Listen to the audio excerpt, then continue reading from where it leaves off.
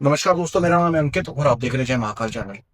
प्रधानमंत्री मोदी जी जापान के दौरे पे गए हुए हैं आजकल और पूरी दुनिया की नजरें उनके इस दौरे के ऊपर टिकी हुई हैं। इस दौरे में दोनों मुल्कों ने एक ऐसी सीक्रेट प्लानिंग की है ना स्पेस मिशन को लेके, जिसकी खबर ना तो अमेरिका में बैठे एक्सपर्ट्स को थी ना चाइना में बैठे एक्सपर्ट्स को थी।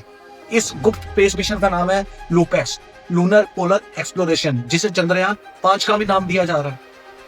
ये नाम सुनने में जितना सरल है, ये प्लानिंग उतनी ही टफ है और दूरगामी है। ये कोई साधारण चंद्रयान स्पेस मिशन नहीं है। भारत का इसरो और जापान की space agency JAXA joint operation कर रहे हैं, जो सीधा चांद के दक्षिण हिस्सों के उन रहस्यमयी और अंधकारी खड्डों में जाके खोज करेंगे जहां पे सूरज की किरण नहीं पड़ी पिछले अरबों सालों से, और जिसको बोला गया परमानेंटली शैडोड रीजन।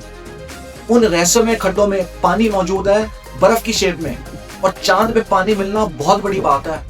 इतनी बड़ी बात कि धरती पे अगर पेट्रोल मिले ना, वो भी उसके आगे छोटा है। चांद के दक्षिणी हिस्से के ऊपर लैंडिंग करके भारत ने महारत हासिल की थी चंद्रयान 3 में, जो कि कोई मुल्क नहीं कर पाया।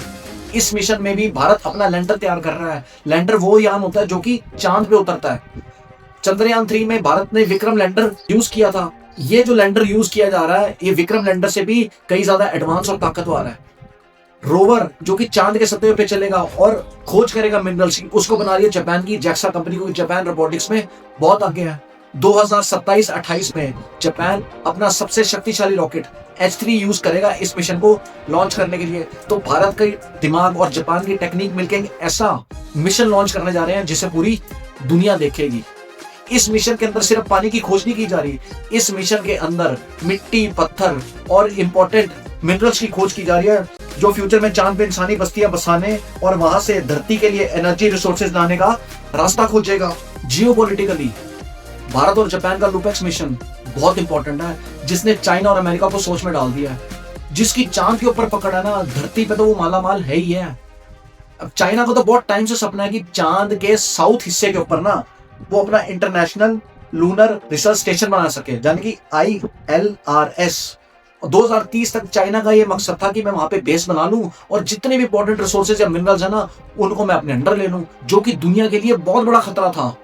इसीलिए भारत के और जापान के इस लूपेक्स मिशन ने चाइना की इस बदनीयत को तोड़ दिया है। भारत पहले ही चांद के उस हिस्से के ऊपर जाके डेटा रिसर्च करेगा जहां पे सबसे ज्यादा पानी है और मिनरल्स हैं। इंटरनेशनल स्पेस लॉ यही कहता है, जिस कंट्री ने पहले आके रिसर्च कर ली ना मिनरल्स की या फिर पानी की, उस कंट्री का ही हक है चांद के उन रिसोर्सेज के ऊपर। भारत के और जापान के इस लूपेक्स मिशन ने अमेरिका की भी नींद उड़ा दिया है। अमेरिका का आर्टेमिस अकॉर्ड वो अकॉर्ड है जिसमें अमेरिका दुनिया के सारे देशों को शामिल करना चाहता था और अपनी दादागिरी चलाना चाहता था स्पेस के अंदर। वो चाहता था कि जितने भी स्पेस के नियम है ना, वो मेरे हिसाब से चले और मेरा ही कब्जा हो।